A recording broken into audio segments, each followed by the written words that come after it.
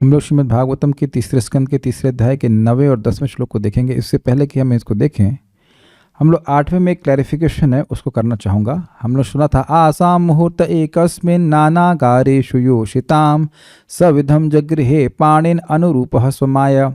भगवान श्री कृष्ण ने आसाम इन सभी 16,100 कन्याओं से एकस्मिन् मुहूर्त, एक ही मुहूर्त में, नानागारेषु योषिताम, जो ये स्त्रियां विभिन्न प्रकार के भवनों में थी, उनमें सविधम, विवाह की प्रॉपर सही विधि से, जगृहे पाणी, उनके हाथ को स्वीकार किया, अपनी पत्नी के रूप में स्वीकार किया, पाणी ग्रहण किया, अनुरूपः स्वमाया, उनके अनुरूप धारण करके रूप, स्वमाया, अपनी माया से। तो अब इस बारे में यहाँ पे कल एक कन्फ्यूजन था कि भाई ये भगवान ने शादी करी कहाँ? प्राग ज्योतिषपुर में जब स्त्रियाँ, मतलब लड़कियाँ मिली, वहीं पे शादी कर लिए कि द्वारका में शादी की? तो अब यहाँ पे मैं श्लोक देखिए, मैं प्रयास करता हूँ कि दिखा पाया तो,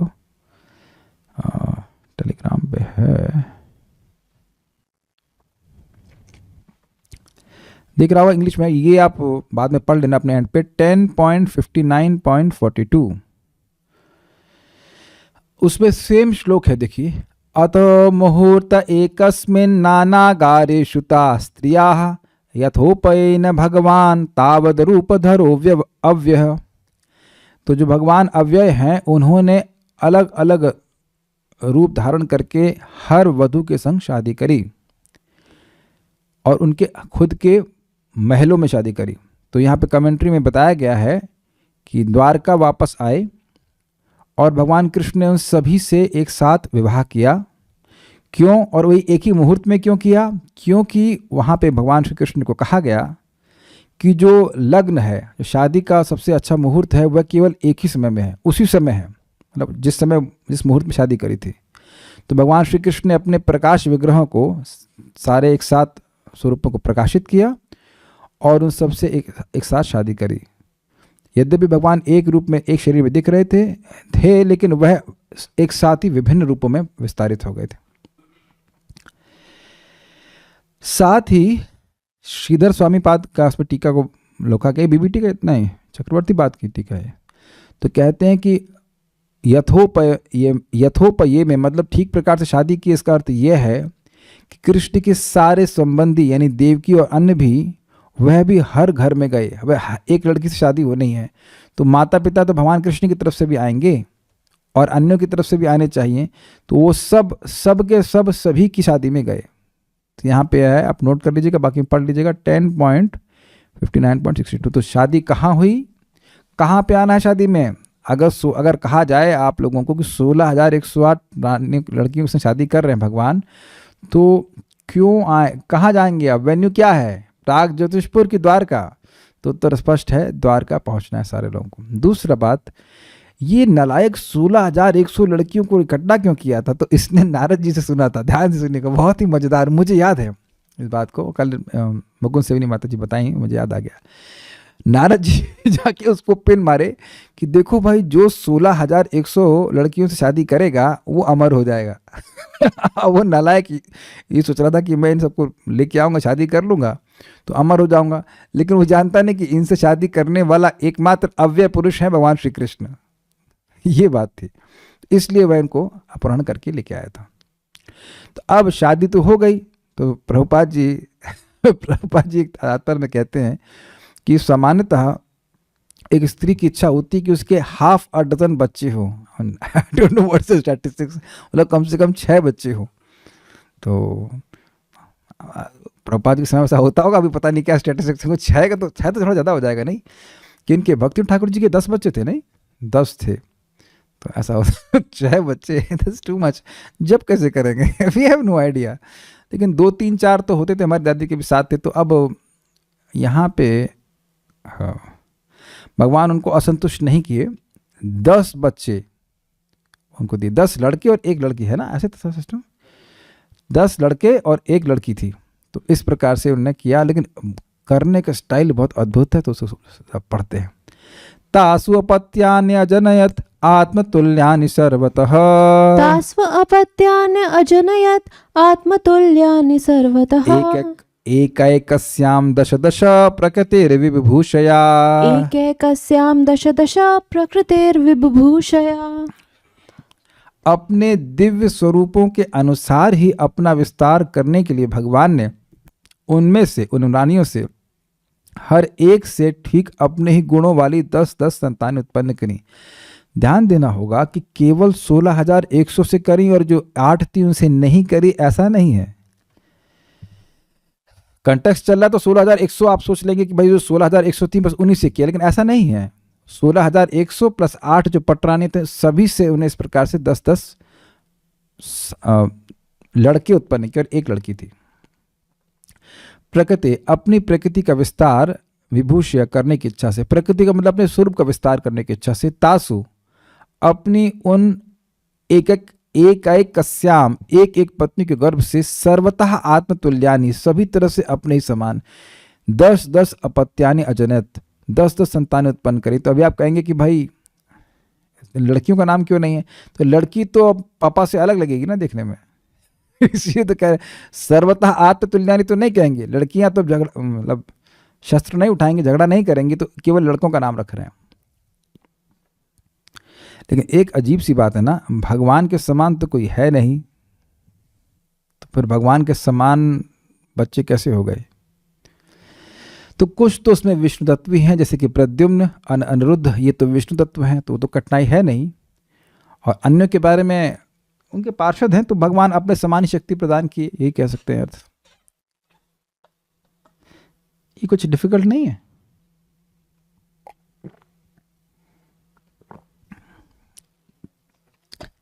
एक छोटी सी बात बोलूँगा तो समझाएंगे डिफ़िकल्ट क्या है। डिफ़िकल्ट केवल नंबर नहीं है, नंबर तो है ही। डिफ़िकल्ट ये है कि क्या कोई इस जगत में पिता ये सुनिश्चित कर सकता है कि उसका लड़का उसके ही गुणों को धारण करेगा। मैं तो सद्गुणों की बात कर रहा हूँ। आपने गर्भाधान संस्कार किया, ये किया, वो किया, उसके बाद भी तो अलग प्रकार का लड़का पैदा हो सकता है। वैसे देखा जाए तो हिरण्यकशिपु का क्या गुण है और प्रहलाद महाराज का क्या गुण है, एकदम विपरीत गुण। और महाराज अंग, भागवत में आप सुनेंगे 4 स्कंद में, महाराज अंग और उनका बेटा हो गया वेण, एकदम क्रूर। महाराज अंग भगवान के शुद्ध भक्त। एक बार आइंस्टीन से किसी मूर्ख महिला ने कहा कि मैं आपके द्वारा संतान चाहती हूँ ताकि मेरे संतान, मतलब वो सुंदर थी लेकिन मूर्ख थी, मतलब बुद्धिमान नहीं थी बहुत। तो कहते हैं कि अच्छा हुआ कि संतान होगी तो आपके समान बुद्धिमान होगी और मेरे समान सुंदर होगी। तो आइंस्टीन ने कहा कि यह भी तो हो सकता है कि वो आपके समान बुद्धिमान और उसकी अकल आप पर जाए और शक्ल मेरे पे जाए। कुछ समझ में आया आप लोग को? तो अब ये तो नहीं कह सकते हैं कि जो बच्चा है वो एग्जैक्टली पिता के अनुसार होगा। ये भी तो संभावना हो सकती है कि उल्टा हो जाए। तो ये एक भगवान की अद्भुत बात है कि वो इसीलिए कह अपनी प्रकृति का विस्तार कर लेंगे। उनका इतनी शक्ति है, इतना कंट्रोल है कि संतान जो हो रही वो उनके अनुरूप ही है। जिनकी भी संतानें हैं, आप समझ सकते हैं कि इच्छा होती है कि अच्छा संतान पैदा हो, लेकिन आप कंट्रोल नहीं कर सकते कि क्या पैदा होगा। शिला भक्ति सिद्धांत ठाकुर जी आजीवन ब्रह्मचारी रहे, तो कहे कि अगर यह गारंटी होती कि बच्चा कृष्ण भावना भावित हो तो हम कई बार संतान उत्पत्ति का प्रयास कर सकते हैं, लेकिन क्योंकि ऐसी गारंटी है नहीं इसलिए हम वो ब्रह्मचारी रह गए। एक भक्त कह रहे आवाज़ कम आ रही, इज इट फॉर एवरीवन? नहीं, आवाज़ कम नहीं है, आवाज़ तो ठीक होनी चाहिए। तो ये भी भगवान की अद्भुत लीला है, यह भी भगवान की लीला है। और यह सब करते हुए भी भगवान ब्रह्मचारी ही रहे। ये हमें आज तक समझ में नहीं आ रहा है कि क्या हो रहा है, ये कैसे हो रहा है, लेकिन ऐसा बोला गया है। कैसे होता है? अब आप ये हो सकता है भगवान की दृष्टि मात्र से उत्पन्न कर दिए, तो सब कुछ भगवान कर सकते हैं। ओके, सो आगे बढ़ते हैं। शुद्ध स्वामी की टीका। श्री भगवान अपनी माया का विस्तार करने की इच्छा से, माया मतलब अपनी शक्ति का विस्तार करने की इच्छा से अथवा प्रकृति रूप साधन से अनेक होने की इच्छा से श्री भगवान ने उन प्रत्येक पत्नी के गर्भ से अपने ही समान गुणों से संपन्न 10-10 पुत्रों को उत्पन्न किया। अर्थ यही कि अपने स्वरूप की शक्ति को दिखाने के लिए। देखो, हम लोग तो नाम भी नहीं जान सकते उनके बच्चों का नाम क्या था। नाम तो रानियों तक का ना जानेंगे हम लोग। 16,100 पत्नियां होंगी तो नाम याद करना कितना मुश्किल होगा। और फिर उनके बच्चों का नाम, फिर उनकी शादी, और ये सब करते हुए भगवान को कोई कठिनाई नहीं है। हम आगे वाले श्लोक में अधिक कुछ बोलेंगे, यहाँ तो कुछ खास में बोलने के लिए नहीं। सारा दर्शन देखिए, प्रकृति विभूषय अर्थात अपने स्वभाव को प्रदर्शित करने की इच्छा से, चूंकि यह उद्धृत है कि उन्होंने अपने ही समान पुत्र उत्पन्न किए। अमोर कोश कहती है कि प्रकृति अर्थात स्वभाव अथवा स्वरूप, तो यानी कि अपने स्वभाव को प्रस्तुत करने के लिए भगवान का जैसे सुंदर स्वभाव था, ऐसे उनके ही पुत्रों का सुंदर स्वभाव था। अब आ गई वापस फिर से एक्शन मूवी, बहुत होगी family drama, now we going to have action movie again. आज तो बहुत मारकाट होने वाली है। कालमागध शाल्वादीन अनीकैरुन्धतः पुरम्, कालमागध शाल्वादीन अनीकैः रुन्धतः पुरम्, अजीघनत स्वयं दिव्यम स्वपुंसां तेज आदिशत्, अजीघनत स्वयं दिव्यं स्वपुंसां तेज आदिशत्, कालमागध शल्वादीन कालमागध शाल्वादीन अनीकैरुन्धतः पुरम्, कालमागध शाल्वादीन अनीकैरुन्धतः पुरम्, अजीघनत स्वयं दिव्यम स्वपुंसां तेज आदिशत्, अजीघनत स्वयं दिव्यं स्वपुंसां तेज आदिशत्, कालमागध शाल्वादीन अनीकैरुन्धतः पुरम्, कालमागध शाल्वादीन अनीकैरुन्धतः पुरम्, अजीघनत स्वयं दिव्यम स्वपुंसां तेज आदिशत्, अजीघनत स्वयं दिव्यं स्वपुंसां तेज आदिशत्, कालमागध शाल्वादीन अनीकैरुन्धतः पुरम्, कालमागध शाल्वादीन अनीकैरुन्धतः पुरम्, अजीघनत स्वयं दिव्यम स्वपुंसां तेज आदिशत्, अजीघनत स्वयं दिव्यं स्वपुंसां तेज आदिशत्। इससे पहले मैं श्लोक को बोलूं, मैं एक अद्भुत बात बोलने वाला हूं जो कि मैं बताना चाह रहा था, भूल गया। आज मैं परम पूज्य भक्ति तीर्थ महाराज का रिमेम्बरेंस सुन रहा था प्रभुपाद जी की, तो कह रहे थे कि पहले वह किसी अन्य गुरु के उसमें थे, उनके गुरु जी ही पर उन्हें प्रभुपाद जी के पास भेजे, तो वह प्रभुपाद जी के ग्रंथ पढ़ने लगे दोष निकालने के लिए कि कहीं इसमें कुछ दोष तो नहीं है। और महाराज कह रहे हैं कि वह दोष निकालने की बुद्धि से भी जब नियमित रूप से पढ़ते गए तो वे और अधिक कृष्ण भावना के बारे में कन्विंस होते चले गए।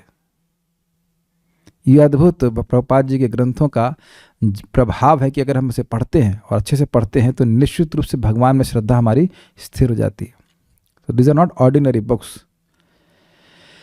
तो चलिए आगे इस श्लोक को देखते हैं, एक बार और पढ़ लेते हैं। कालमागध शाल्वादीन अनीकैरुन्धतः पुरम्, कालमागध शाल्वादीन अनीकैरुन्धतः पुरम्, अजीघनत स्वयं दिव्यम स्वपुंसां तेज आदिशत्, अजीघनत स्वयं दिव्यं स्वपुंसां तेज आदिशत्, काल यवन मगध के राजा जरासंध तथा शाल्व ने मथुरा नगरी पर आक्रमण किया, किंतु जब नगरी उनके सैनिकों से घिर गई तो भगवान ने अपने जनों की शक्ति प्रदर्शित करने के उद्देश्य से उन सबों को स्वयं नहीं मारा। इसमें मेरा एक कठिनाई है कि शाल्व ने तो बाद में द्वारका में अटैक किया था, जो मेरी जानकारी है। मथुरा में कहाँ अटैक किया हमको नहीं पता। वो प्लेन लेके आया था, शिव जी की उपासना किया था, प्लेन लेके आया और वह द्वारका में अटैक किया तो भगवान ने मारा था उसको, भगवान कृष्ण ने मारा था, प्रद्युम्न ने नहीं मारा था। यहाँ पर काल यवन को मुचकुंद महाराज से मरवाया भगवान ने और जरासंध को भीम से मरवाया ताकि उनको भी श्रेय प्राप्त हो। भगवान असुरों का वध करने के लिए जगत में भी आते हैं, एक कारण यह भी है। तो पृथ्वी का भार भूभार कम करने का श्रेय उनके भक्तों को भी प्राप्त हो, इस उद्देश्य से भगवान इन दोनों लोगों को अपने भक्तों के द्वारा मरवाए। यहाँ पे बोल रहा है शाल्व को भगवान स्वयं मारे थे।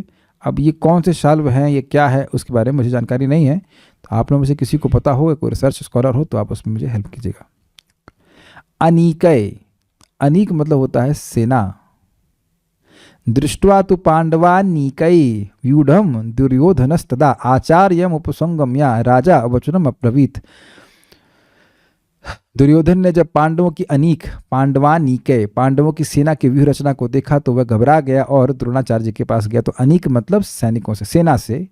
पुरम मथुरा नगरी रुंधतः घेर ली गई तो काल यानी काल यवन, मागध यानी मगध की राजा जरासंध एवं शाल्वादी राजा को स्वपुंसाम अपने लड़कों मनुष्य अपने लोगों से, पुंसाम मतलब मनुष्य इंसान, तो स्वपुंसाम मतलब भगवान ने अपने लोगों में दिव्यम तेज आदिशत, अपना दिव्य तेज प्रकट करके स्वयं अजीगुनत, स्वयं इन लोगों को मार दिया। बड़ा इंटरेस्टिंग है, मारा था काल यवन को मुचकुंद ने और जरासंध को भीम ने। तो यहां भाषा क्या उपयोग हो रहा है कि इनमें अपने तेज को प्रकट करके भगवान स्वयं मार दिए, अर्थात भक्तों का मारना भगवान के मारने के बराबर ही है। ये हम पहले भी सुन चुके हैं कि जो योद्धागण अर्जुन के पार्थास्त्र पूतय, पार्थ यानी अर्जुन के अस्त्र के द्वारा पवित्र हुए और भगवान को देखते हुए मरे, तो वह भी मुक्त हो गए। पदम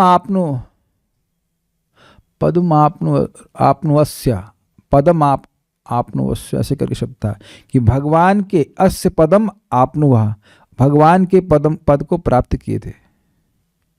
कुछ आपने भेजा है?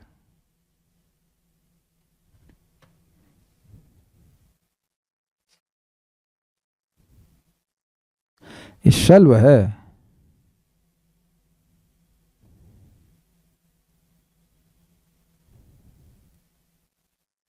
हाँ, तो मैं यही ना कह रहा हूँ, शल्व ने द्वारका पे अटैक किया था, लेकिन यहाँ बोला जा रहा है कि मथुरा में अटैक किया था।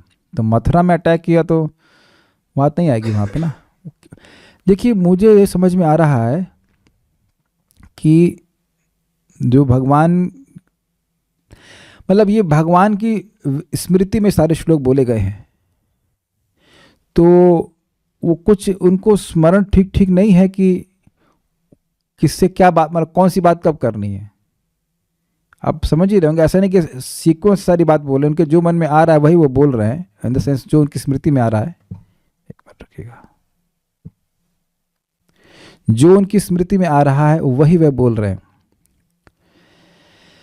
तो बेहतर होगा कि इसको हम लोग टेक्निकली रूप में ना देखें, जो चीज़ बात समझ में आ रही उतना उसका ग्रहण कर लें। काल मागध शल्वादीन, तो काल यवन, मागध मतलब जरासंध, और अनीके मतलब उनकी सेना के द्वारा पुरम रुंधतः, जब उनकी मथुरापुरी घेर ली गई। हुआ ये था कि काल यवन ने अटैक किया था और उसी समय जरासंध भी अटैक कर दिया था। 17 बार काल जरासंध हारा था और 18वीं बार जब जरासंध आ ही रहा था अटैक करने के लिए, उसी समय काल यवन भी आ गया था अटैक करने के लिए। तो ये घटना हुई।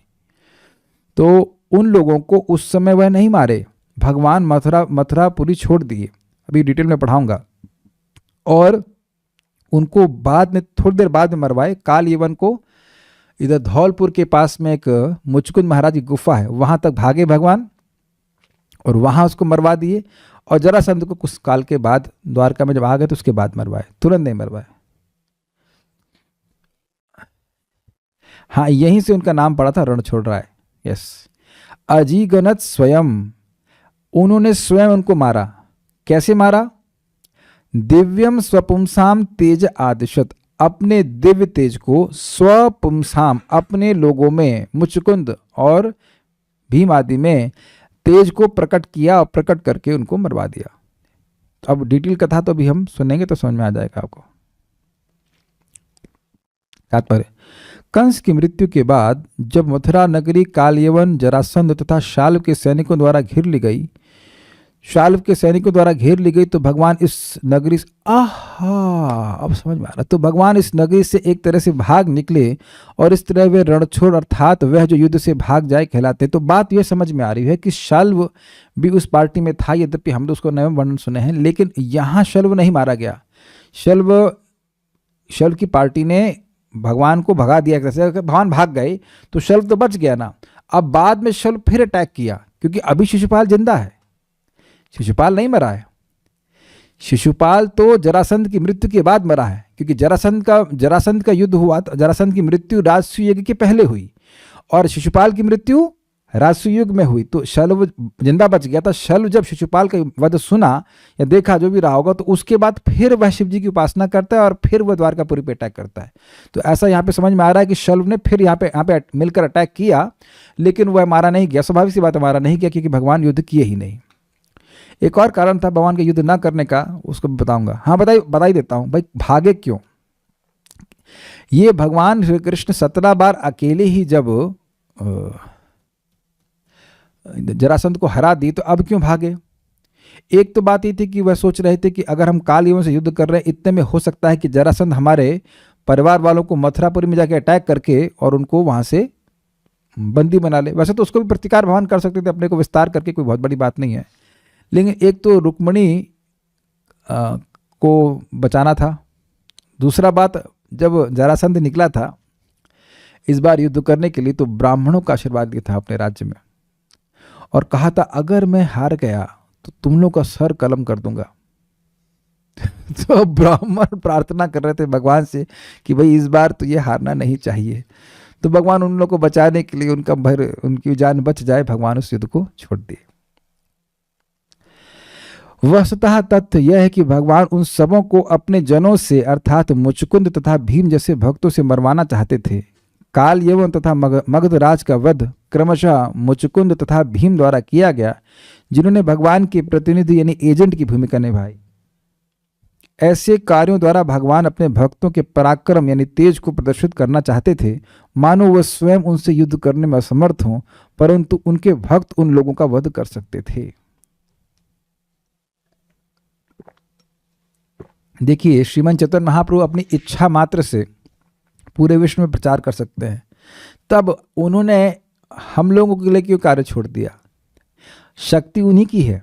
जो व्यक्ति भगवान का नाम जप करता है, हरे कृष्ण मंत्र जप कर रहा है, नियमों का पालन कर रहा है, प्रभुपाद जी ग्रंथों के अनुसार वह बोल रहा है, परंपरा के अनुसार बोलेगा, तो वो आप देखेंगे कहीं भी आप बोलेंगे लोग कृष्ण भावना को स्वीकार जरूर करेंगे। पहले ये समझ लीजिए, ठीक है।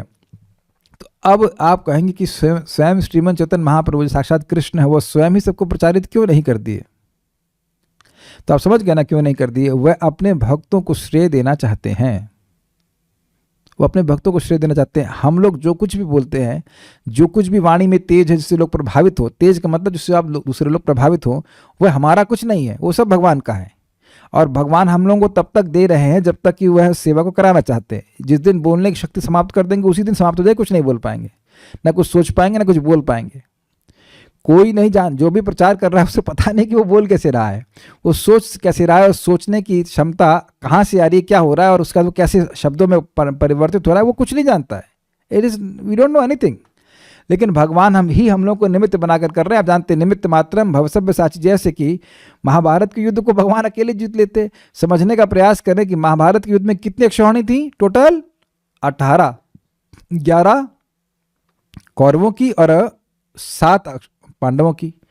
और ये जरासंध भाई साहब 23 अक्षौहिणी लेकर के आते थे और कृष्ण बलराम जी अकेले ही मार देते थे। तो क्या इधर मार नहीं सकते थे? बताइए। पांडव कहते रुको जरा, तुम लोग मैगी खाओ, वटेवर कुछ भी खाओ, मैं आके मार करके आ रहा हूँ। Is it not? मार देते। और भगवान को ऑब्जेक्शन भी क्या करते? भाई भगवान तो भक्त वत्सल है, अपने भक्तों को मार दिए, अपने भक्तों के द्वेषियों को मार दिए, तो कोई कठिनाई नहीं होती। कोई ऑब्जेक्शन करता? नहीं करता।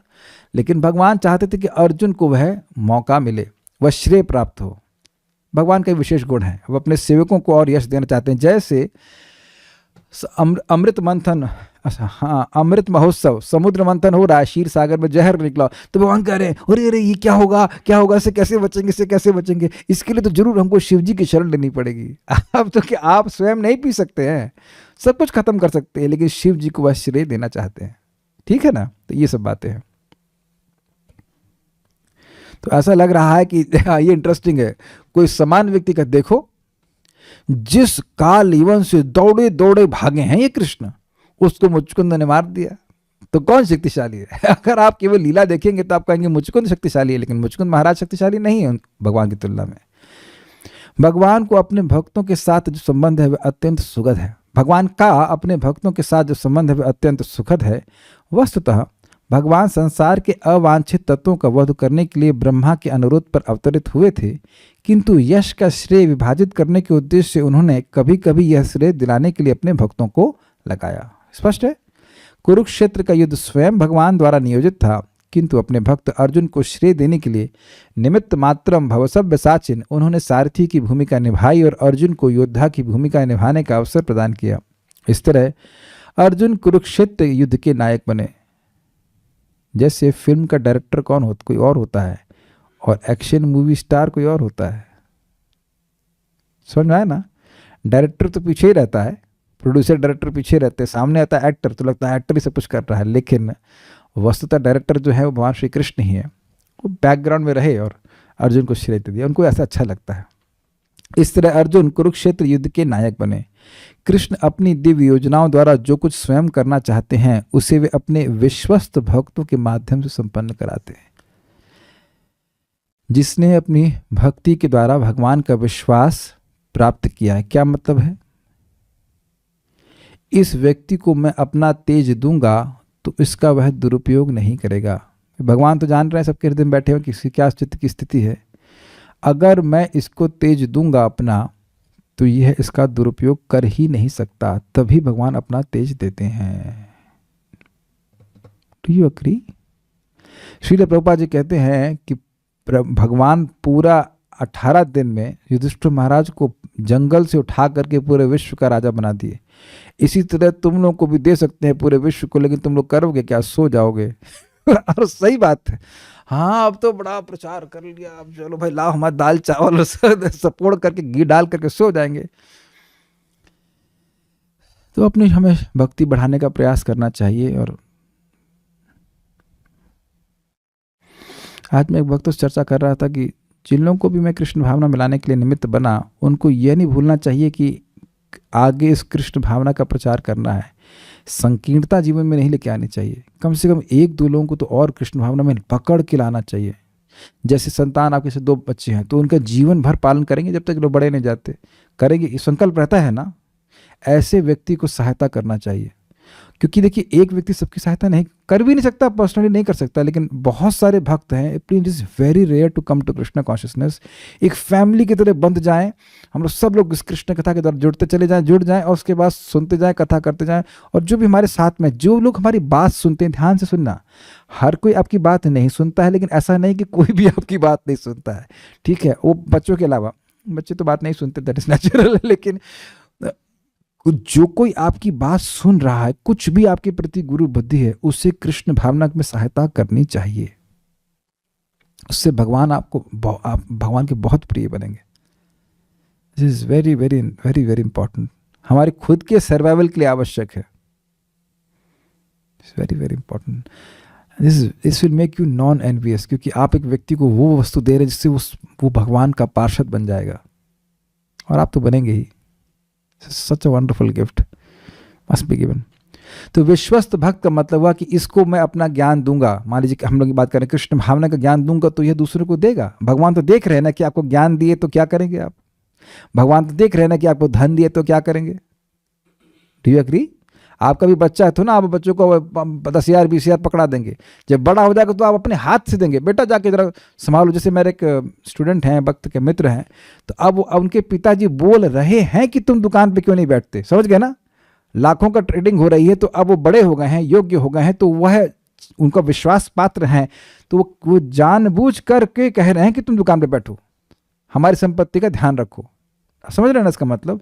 तो व्यक्ति, जो भी व्यक्ति 16 माला जप कर रहे हैं, 4 नियमों का पालन कर रहे हैं, ये जो ग्रंथ हैं इनको नियमित रूप से पढ़ते हैं, तो इन ग्रंथों से समझानी है बात, कोई नई बात थोड़ा ना समझानी है, और लोगों को बिल्कुल समझ में आएगी बात, उनके जीवन में बहुत बड़ा परिवर्तन आएगा। This is very nice. विश्वस्त भक्तों के माध्यम से संपन्न कराते हैं। अपने शुद्ध अनन्य भक्तों के प्रति भगवान की कृपा की यही रीति है। Like that. एक बहुत सुंदर सी पास टाइम है। महाप्रभु ने न्याय पे ग्रंथ लिखा, और उनके एक भक्त ने भी न्याय पे ग्रंथ लिखा। तो दोनों लोग नाव से जा रहे थे, और उनके भक्त ने कहा कि मैंने न्याय पे ग्रंथ लिखा। कहते दिखाओ मित्र, कहने बड़ा अच्छा लिखा है। तो महाप्रभु ने कहा मैंने भी लिखा है, आप देखो। तो जब उनके मित्र ने उनका न्याय ग्रंथ पढ़ा तो वह रोने लगा। तो कहते हैं इतना सुंदर ग्रंथ आपने लिखा है कि मेरे ग्रंथ को कोई पढ़ेगा भी नहीं। तो महाप्रभु ने अपना ग्रंथ वापस लिया और नदी में फेंक दिया। परम पूज्य राधा गोविंद महाराज जी कहते हैं कि कोई व्यक्ति थे, उनका नाम मैं भूल रहा हूँ, उन्होंने रामचरितमानस को वापस संस्कृत में कर दिया था, और उन्होंने कहा कि निश्चित रूप से श्रीमन चैतन्य महाप्रभु ही भगवान है। क्यों? कहते हैं ये कार्य, ये जो लीला थी ना, कि इतना महत्वपूर्ण ग्रंथ लिखे और उसको अपने मित्र की ख्याति बढ़े, उसके लिए कोई नदी में तुरंत फेंक दे, यह तो इस प्रकार का वैराग्य तो केवल भगवान में हो सकता है। कितना सुंदर बात है ना, बहुत सुंदर बात है। तो ये भगवान की रीति है कि वह अपने भक्तों को श्रेय देना चाहते हैं, लेकिन भक्त भी इस प्रकार से कंपटीशन करते हैं, वो हमेशा भगवान की बात बोलना चाहते हैं। आप श्रीला प्रभुपाद जी को शुद्ध भक्त क्यों कहते हैं? क्योंकि प्रभुपाद जी भगवान का ही यश गाय हैं। परम पूज्य राधा गोविंद महाराज जी को हम लोग शुद्ध भक्त क्यों कहते हैं? वो भगवान का ही यश गाय है। तो भक्तों के दिन रात यही रहता है कि भगवान का यश बोलना है। और भगवान भी ये था माम प्रपद्यन्ते, जब इस प्रकार से भगवान को यश दे रहे हैं तो भगवान भी तड़े रहते, तड़ना समझता लगे रहते हैं कि कैसे अपने भक्त के यश का विस्तार करूं मैं। This is natural competition between the devotees and Krishna. अब हम नोट यहाँ पे दिए हैं, यहाँ पे डिटेल में हम लोग उस युद्ध को सुनते हैं। अध्याय 50 है दशम स्कंद का। कृष्ण द्वारा द्वारकापुरी की स्थापना, ये इसका टॉपिक है। कैसे भगवान ने द्वारकापुरी बनाई, बड़ी चमत्कारी घटना है और उसमें कोई स्पेशल इफेक्ट्स नहीं है, ये भगवान की स्पेशल लीला है। मुझे पूरा विश्वास है, मैं कह सकता हूँ कि बहुत से भक्तों ने शायद कृष्णा बुक नहीं पढ़ी होगी, तो कुछ तो आप लोग यहाँ पढ़ ही लेंगे। बहुत रुचिकर लीला है। इस अध्याय में बतलाया गया है कि किस तरह कृष्ण ने जरासंध को युद्ध में 17 बार हराकर द्वारकापुरी का निर्माण किया। कंस के मारे जाने के बाद उसकी दोनों रानियां अस्ति तथा प्राप्ति अपने पिता जरासंध के घर चली गईं। क्यों? क्योंकि उनकी कोई संतान नहीं थी, कंस की कोई संतान नहीं थी। और शोक संतप्त होकर उससे बतलाया कि किस तरह कृष्ण ने उन्हें विधवा बना दिया है। यह सुनकर राजा जरासंध क्रुद्ध हुआ। कैसा लड़का है, अपने मामा को मार दिया, यही दोष देख रहा है, मामा जी क्या किए वो नहीं याद रखता है। उसने पृथ्वी से यदुओं का सफाया करने का व्रत लिया और मथुरा पर घेर डालने के लिए एक विशाल सेना एकत्रित की। जब कृष्ण ने जरासंध को हमला करते देखा तो उन्होंने इस विश्व में अपने अवतार लेने के कारणों पर विचार किया और पृथ्वी के भार स्वरूप जरासंध की सेना का संहार करने का निश्चय किया। तभी 2 तेजस्वी रथ प्रकट हुए जो सारथियों तथा 7 समान से युक्त थे और उनमें भगवान के निजी आयुध थे। यह देखकर कृष्ण ने बलदेव से कहा, हे भ्राता, अब जरासंध मथुरापुरी पर आक्रमण कर रहा है, अतः अपने रथ पर सवार हो जाइए और चलिए हम दोनों शत्रु की सेना का विध्वंस करें। ये नोट किया कि रथ अपने आप प्रकट हुए थे। कहाँ से कहाँ जाने कहाँ से। दोनों भाई अपने अपने हथियार लेकर अपने अपने रथों पर सवार हुए और नगर से बाहर चले गए। जरा बताइए घटना युद्ध कहाँ पे हो रहा है? द्वारका में कि कुरुक्षेत्र में?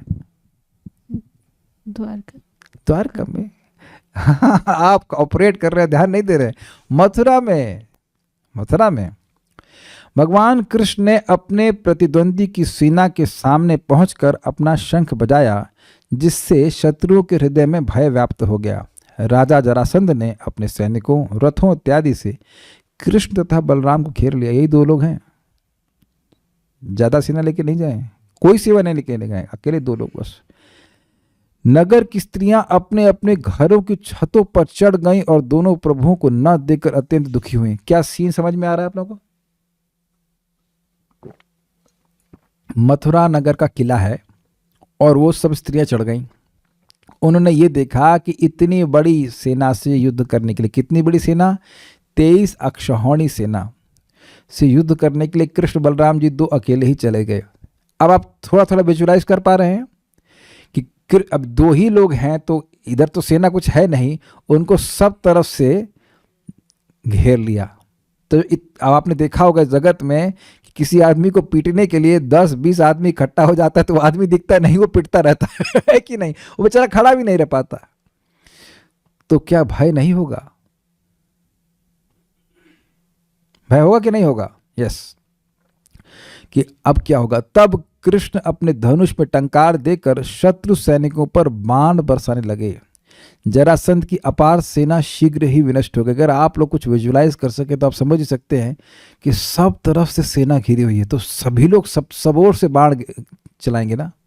लेकिन भगवान कृष्ण बाण चला रहे हैं तो सबको धराशायी करते जा रहे हैं, समझ रहे हैं? ऐसे ऐसे ऐसे करते, मतलब लोग, जो पहली रो होगी जो सामने वो गिरेगी, फिर दूसरी वाली वो गिरेंगे, फिर तीसरी वाली, गिरते जाएंगे गिरते जाएंगे गिरते जाएंगे गिरते जाएंगे। कुछ समझ में आ रहा है? जैसे वो देखिए चक्री बोलते हैं जो दिवाली में हम करते हैं, तो ऐसे ऐसे घूमती है ना, तो उसी पैटर्न में गोल गोल ही सब लोग धराशायी होते चले गए होंगे। इस दैट ओके? आप लोग ये मत सोचना कि बाण तो केवल सामने चला जाता है, भगवान तो सब तरफ बाण चला सकते हैं। यस, कहीं पे भी चला लेंगे। ये अद्भुत भगवान की कौशल है, और बलराम जी भी हैं इस प्रकार से। तब कृष्ण अपने धनुष में टंकार, हाँ ये हो गया, जरासंध की अपार सेना शीघ्र ही विनष्ट हो गई। बलदेव, हाँ अब ये हो गया, खत्म युद्ध। 18 दिन नहीं, उसी दिन खत्म कर दिए, 18 दिन नहीं। आप 18 अक्षौहिणी में, 18 नहीं 17 अक्षौहिणी, क्योंकि एक अक्षौहिणी बच गई थी 18वें दिन के बाद भी, तो 18 दिन में 17 अक्षौहिणी भगवान समाप्त करवा दी, और यहाँ एक ही दिन में खत्म कर दिए, एक ही दिन में। It's like record. बलदेव ने जरासंध को बंदी बना लिया और उसे रस्सियों से बांधने ही जा रहे थे कि कृष्ण ने बलदेव को ऐसा करने से रोक दिया। उन्होंने तर्क किया कि जरासंध फिर से सेना एकत्रित करके फिर से लड़ाई करने आएगा।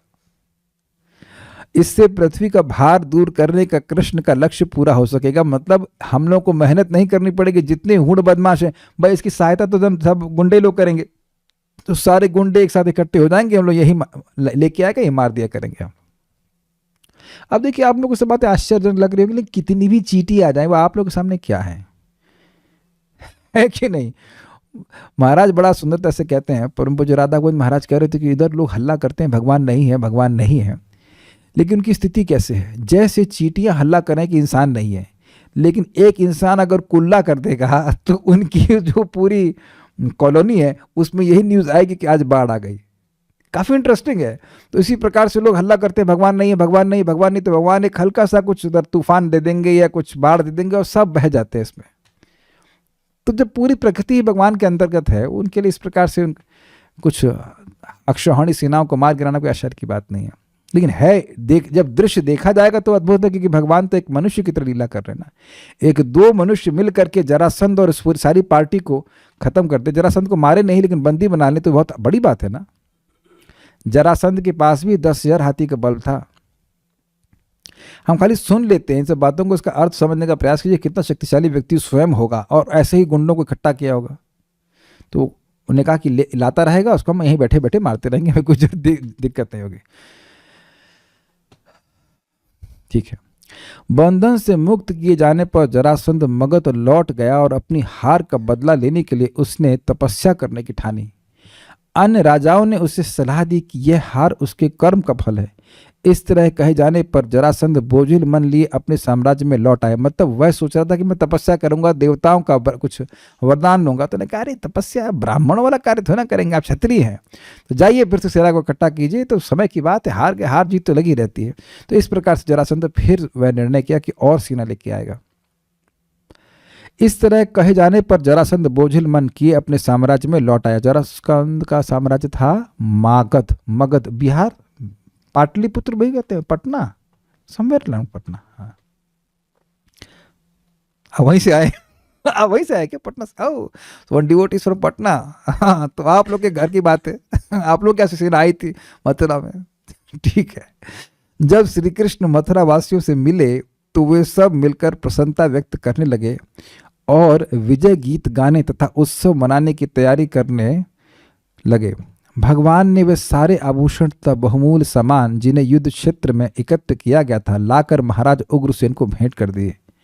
जरासंध ने मथुरा के यादवों पर 17 बार आक्रमण किया और हर बार उसकी सेना का विध्वंस होता रहा। जब जरासंध ने 18वीं बार आक्रमण करने की तैयारी की तो कालयवन नामक एक योद्धा जो अपने योग्य प्रतिद्वंदी की तलाश में था, नारद मुनि द्वारा भेजा जाकर यादवों से लड़ने के लिए आया। कालयवन एक यवन था और उसको वह सोच रहा था कि मेरे बराबर का प्रतिद्वंदी कौन होगा। तो नारद जी को उसको बताए, भगवान वासुदेव के स्वरूप का वर्णन किया कि भगवान वासुदेव हैं, वह तुमसे युद्ध करने के योग्य है, तुम उनके पास युद्ध करने के लिए जाओ। तो वह अब सेना लेके आए। कालयवन ने 3 करोड़ सैनिक लेकर यादवों की राजधानी पर घेरा डाल दिए। तो अब समझ रहे हैं सीन, कालयवन का भी अटैक हो गया और जरासंध भी तैयारी कर रहा है कि 1-2 दिन में वह भी आकर के लड़ेगा। ऑल्दो ये आपस में मेल नहीं किए थे, लेकिन एक इंसिडेंटल बात हो गई कि कालयवन भी सेना लेके आ गया और जरासंध भी लेके आ गया। भगवान कृष्ण इस आक्रमण से चिंतित हुए क्योंकि उन्हें ज्ञात था कि जरासंध का आगमन आसन्न है और होने वाला है और एक ही साथ 2 शत्रुओं के आक्रमण से यादवगण संकट में पड़ सकते हैं। अतः भगवान ने यादवों के लिए समुद्र के भीतर एक सुरक्षित अद्भुत नगरी का निर्माण कराया। कौन किया? विश्वकर्मा। और रातों रात करवा दिया। ये भी अद्भुत बात है। रातों रात तो हम लोग एक झोपड़ी भी नहीं बना पाएंगे। मैं सोच रहा था भगवान श्री राम के बारे में, इनको बोला गया कि वनवास में जाओ, तो एक और सबसे बड़ी कठिनाई कि झोपड़ी कैसे बनेगी। आप लोग बना सकते हैं झोपड़ी? तो बड़ा कठिन हो जाएगा। कैसे बम्बू लगाएंगे, उसको झाड़ जो भी घास वास लगाना कितना टफ होगा ना। कैसे क्या किया जाएगा, हमें तो समझ में नहीं आ रहा। एक झोपड़ी बनाना कितना कठिन है। और भगवान यहाँ पे संकल्प मात्र से इस प्रकार से पूरी द्वारकापुरी ही बना दिए। वो भी कहाँ? समुद्र के अंदर। तो स्वाभाविक सी बात है कि कुछ टापू बनाया गया होगा, कुछ द्वीप होगा, द्वीप का निर्माण, उसका उसमें द्वारका बन गई। हम लोग भूल ही जाते हैं ना कि ये नित्य द्वारका है, ये नित्य गोलोक वृंदावन है और हमारी वास्तविक अवस्थिति वहीं पे है। इसीलिए सुनना चाहिए। सुनते रहेंगे तो इस जगत में रहने की इच्छा ही समाप्त हो जाएगी। ऐसा जगत में क्या है जिसके लिए हम वापस दोबारा जगत में आए, बताइए।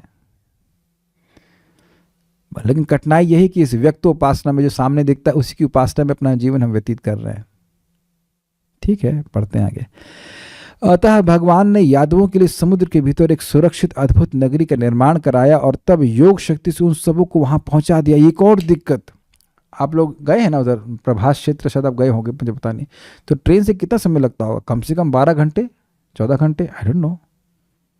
लेकिन अब मथुरा में इतने सारे लोग हैं और उनको एक साथ द्वारका पहुंचा दिया। कैसे?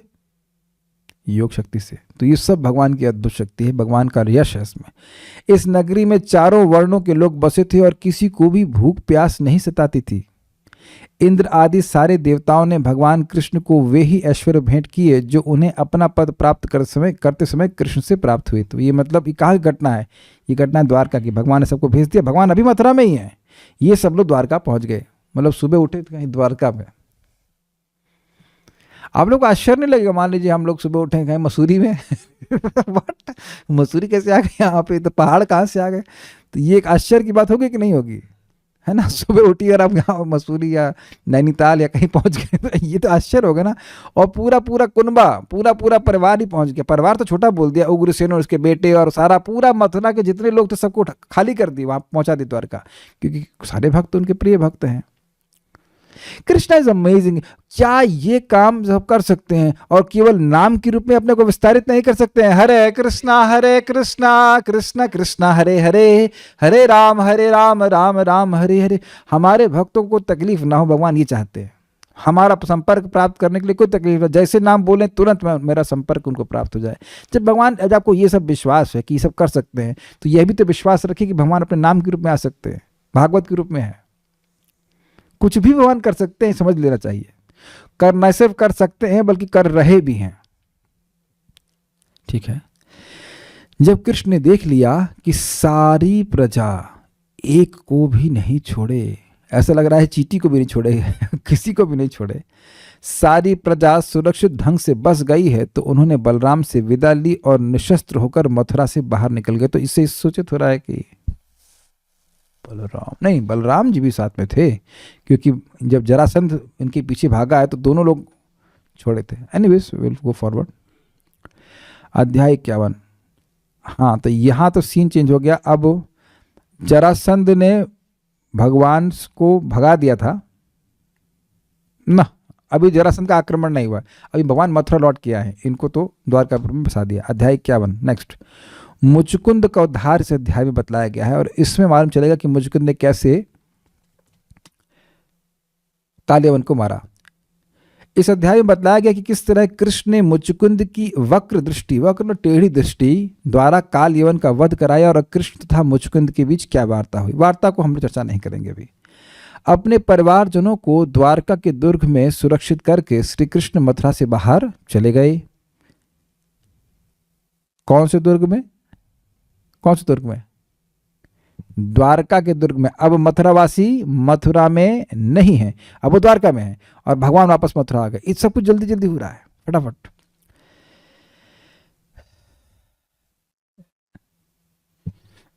थोड़ा और समझिए, शायद समझ में नहीं है ये बात। भगवान ने अपनी योग शक्ति से ही द्वारका वासियों मथुरा वासियों को द्वारका भेज दिया, वो रहे मथुरा में ही। मैं थोड़ा गलत बोल गया था कि मथुरा वापस आए ना। भगवान ने अपनी संकल्प शक्ति से, योग शक्ति से ही सबको पहुंचा दिया द्वारका ओवरनाइट, और स्वयं मथुरा में ही रहे। और अब वो मथुरा से बाहर जा रहे हैं, मतलब काल यवन से युद्ध करने के लिए। वे उदीयमान चंद्रमा की तरह लग रहे थे। काल यवन ने देखा कि कृष्ण का तेजस्वी शरीर नारद द्वारा किए गए वर्णन से मेल खा रहा था, अतः वह यवन जान गया कि वे भगवान ही हैं। यहाँ भी एक बहुत महत्वपूर्ण बात देख रहे हैं कि बिना श्रवण कीर्तन किए एक असुर को भी भगवान नहीं दिखने वाले। काल यवन ने शुद्ध भक्त नारद जी से भगवान का श्रवण किया तो भगवान को आज देख पा रहा है, तो कौन से आश्चर्य की बात है ना। तो भगवान को पहचानने के लिए आवश्यक है कि हम भगवान को देखें, और क्षमा कीजिए, भगवान के बारे में सुने, तभी भगवान को जब देखेंगे तो समझ में आएगा कि भगवान है। नेक्स्ट, यह देखकर कि वे कोई हथियार धारण नहीं किए हैं, उसने भी अपने हथियार रख दिए। क्योंकि भाई प्रॉपर क्षत्रिय है, युद्ध ऐसे तो ना करेगा कि उस पर निहत्थे पे हथियार से अटैक करे। और उनसे युद्ध करने के उद्देश्य से पीछे की ओर से उनकी तरफ भागा। श्री कृष्ण यवन से दूर भागते रहे और हर कदम पर केवल इतनी दूर रहते जिससे उसकी पकड़ में न आ सकें, और इस तरह वे उसे काफी दूर एक पर्वत गुफा तक ले गए। अब ये समझने का प्रयास कीजिए। परम पूज्य राधा गोविंद महाराज इस लीला को सुना रहे थे तो बता रहे थे कि कह रहे थे भगवान ऐसे भाग रहे हैं, अरे अरे ये तो पकड़ लेगा, ये तो पकड़ लेगा, तो ऐसे भाग रहे हैं कि बस 1 फुट की दूरी है। ऐसे काल यवन को लग रहा है कि मैं तो कृष्ण को पकड़ ही लूंगा, और कृष्ण उनसे डर के भाग रहे हैं। भगवान को तो लीला करने, भगवान कहाँ किसी से डरते हैं, लेकिन ऐसे लीला प्रस्तुत कर रहे हैं कि बस लग रहा है काल यवन को पकड़ लेगा, बस थोड़ा और भागेगा पकड़ लेगा। लेकिन वहाँ बताया गया है, और काल यवन गाली भी दे रहे थे, यहाँ पे बोलेंगे गाली भी दे रहा है, लेकिन भगवान कुछ नहीं सुन रहे हैं। और ऐसा लग रहा है कि भगवान भयभीत हैं, तो भगवान और उसको ये लग रहा है कि मैं पकड़ लूंगा, लेकिन क्योंकि वह पापी था तो भगवान को पकड़ नहीं सकता था, बस लग रहा था कि पकड़ लेगा। ऐसा भगाते भगाते धौलपुर तक लेके गया। काफी दूर है यहाँ से धौलपुर, ऑलमोस्ट लाइक 100 किलोमीटर। कितना भागे भगवान यहाँ से, सर्च कीजिए धौलपुर टू मथुरा कितना डिस्टेंस है। हम वहाँ पे जब लोग बस पार्टी में लेके जा रहे थे तो हमको दूर से दिखाया कि इधर जाएंगे आप, और तो धौलपुर में आपको मुचकुंद की गुफा दिखाई पड़ेगी।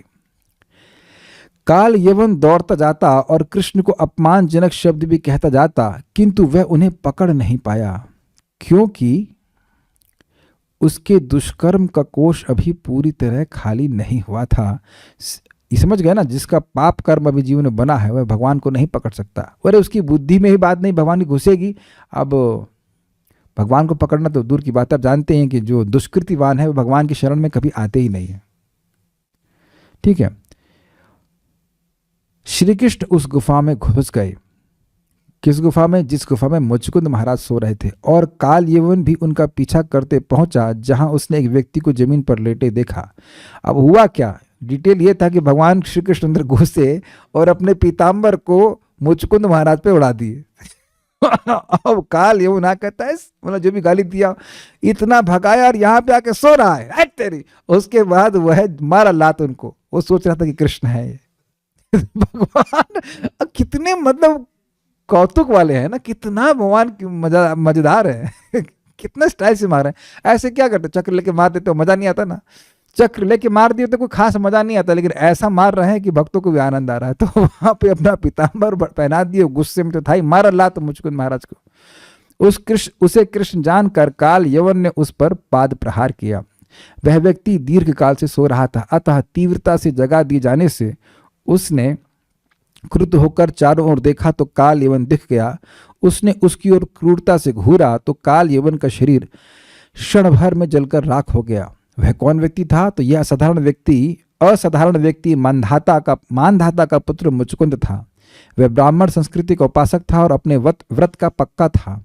इसके पूर्व उसने असुरों से देवताओं की रक्षा करने में सहायता देने में वर्षों बिताए थे। जब देवताओं को रक्षक के रूप में कार्तिकेय प्राप्त हो गए तो उन्होंने मुचकुंद को अवकाश दे दिया और कहा कि वे मोक्ष के अतिरिक्त कोई भी और वर मांग लें, क्योंकि मोक्ष देना तो विष्णु के हाथों में है।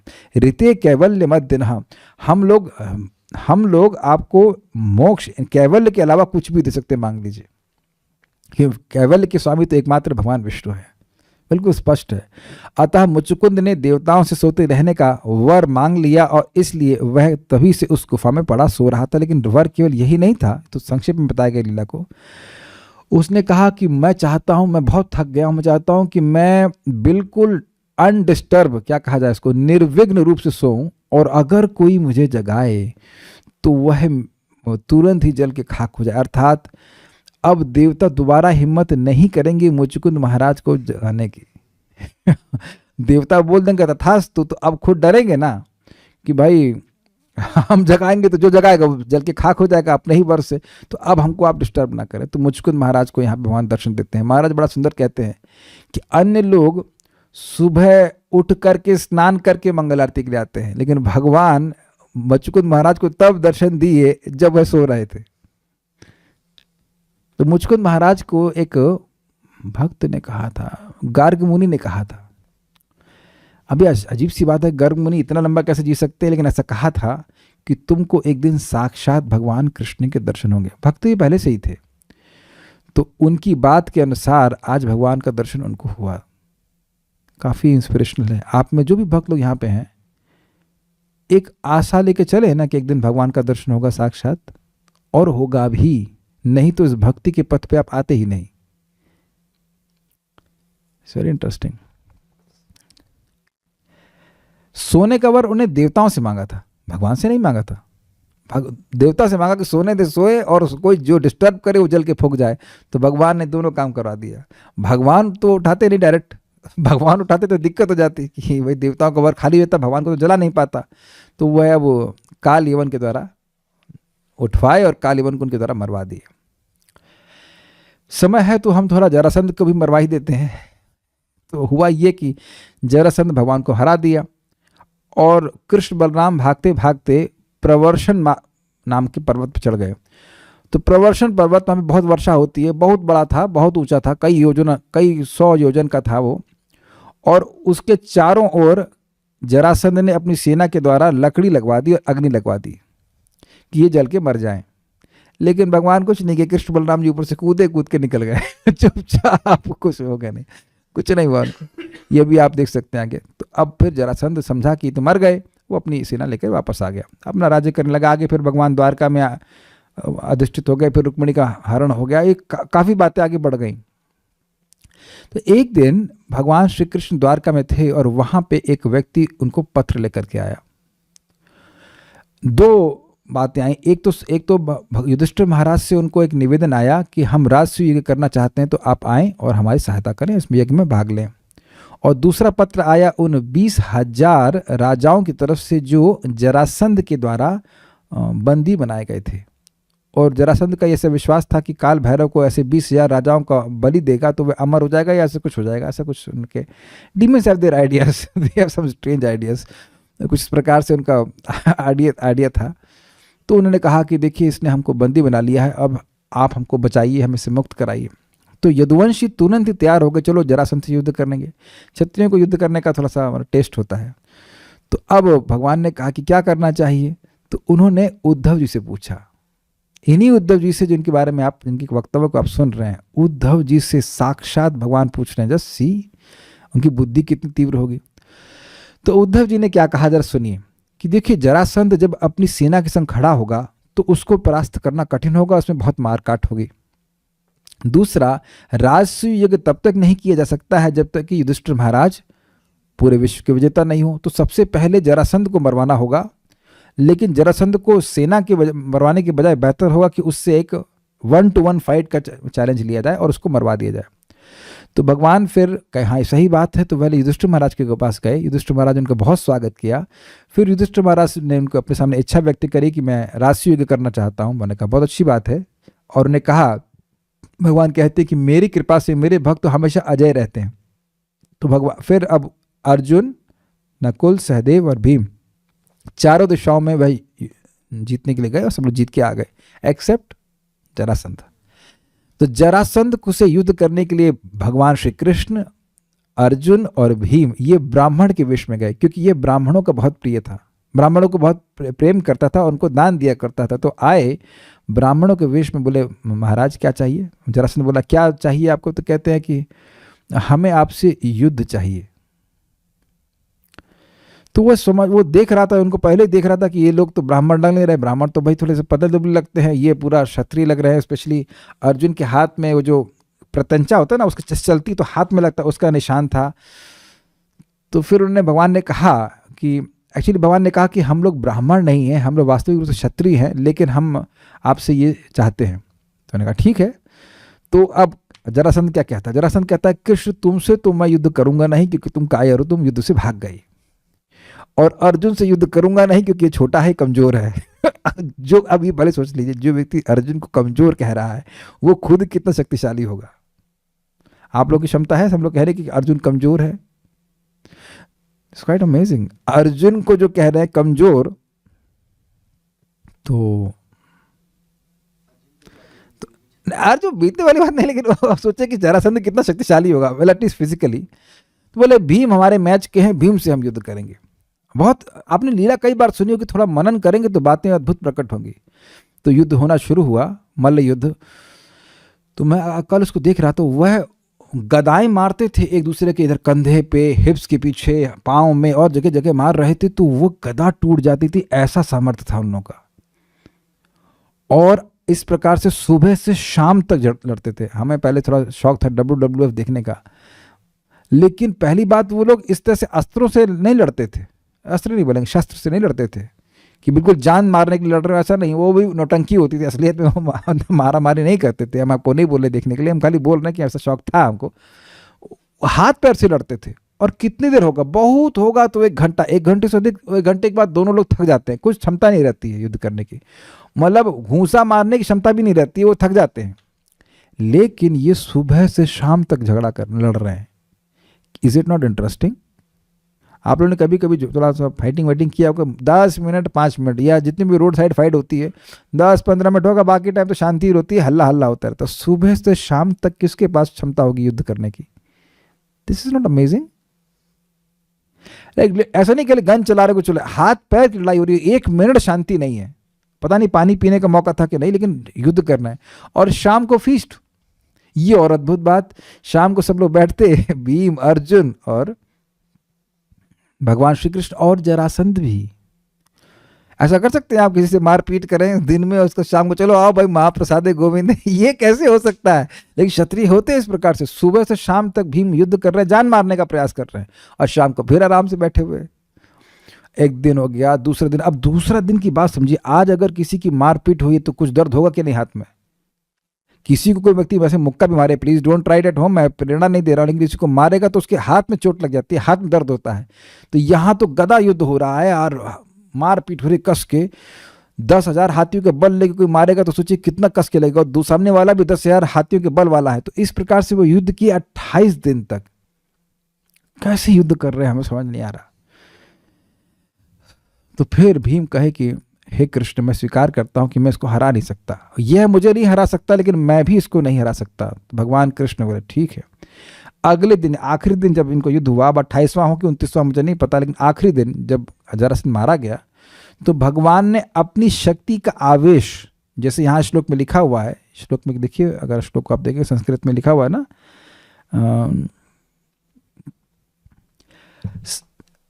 स्वयं दिव्यम स्वपुंसाम तेज आदिशत, अपने तेज को अपने व्यक्तियों में, यानी यहाँ पे भीम में उन्हें प्रकाशित किया। तो जो शक्ति जरासंध को मारने के लिए चाहिए थी वह भगवान ने भीम में प्रवेश करा दी। सारी शक्ति नहीं, जिस तेज की आवश्यकता थी उनको जरासंध को मारने में, वो प्रवेश किया। उसके बाद पेड़ की शाखा को दिखाया कि ऐसे फाड़ दो। अब ऐसा क्यों फाड़ दो? क्योंकि देखिए जरासंध जब अपने पिता के द्वारा पैदा हुआ था, माँ के द्वारा, तो अब वह 2 भागों में पैदा हुआ। तो उनका ये लड़का का क्या मतलब हुआ? तो उठाकर वो फेंक दी। तो एक जरा नाम की एक मतलब राक्षसी थी, उसको बड़ा लगा, अच्छा अरे ये तो अच्छा मांस का टुकड़ा है, खाएंगे बढ़िया से। तो उसने दोनों को जोड़ दिया। तो इस कारण से फिर वो बच्चा जीवित हो गया और वह उसका नाम हो गया जरासंध। ये पता होगा आप लोगों को बात। और वह वापस अपने पिताजी को दे दी वो। तो अब भगवान इस बात को जानते थे, तो भगवान ने जो दिखाया कैसे फाड़ सकते हैं, तो वह फाड़ने की शक्ति भीम के पास थी और आइडिया भी भगवान ने दिया। ये मत सोच लीजिएगा कि जो शक्ति लेके भीम गए थे और केवल आइडिया भगवान दिए। क्लियर हो रहा है?